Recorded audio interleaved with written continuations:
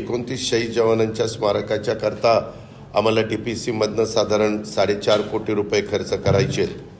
तर ते आमचे जे नियम आहेत खर्च करायचे त्या नियमात ते बसत नाही, पण राज्याच्या नियोजन विभागाला त्या खात्याच्या मंत्र्याला विशेष बाब म्हणून तो अधिकार वापरता येतो आणि त्याच्यावर त्यांनी जी काही मागणी केलेली आहे ते मी राज्याचा नियोजन मंत्री यांना त्याने ती मान्य करतो आणि तशा प्रकारचे वर आदेश त्यांना देतो।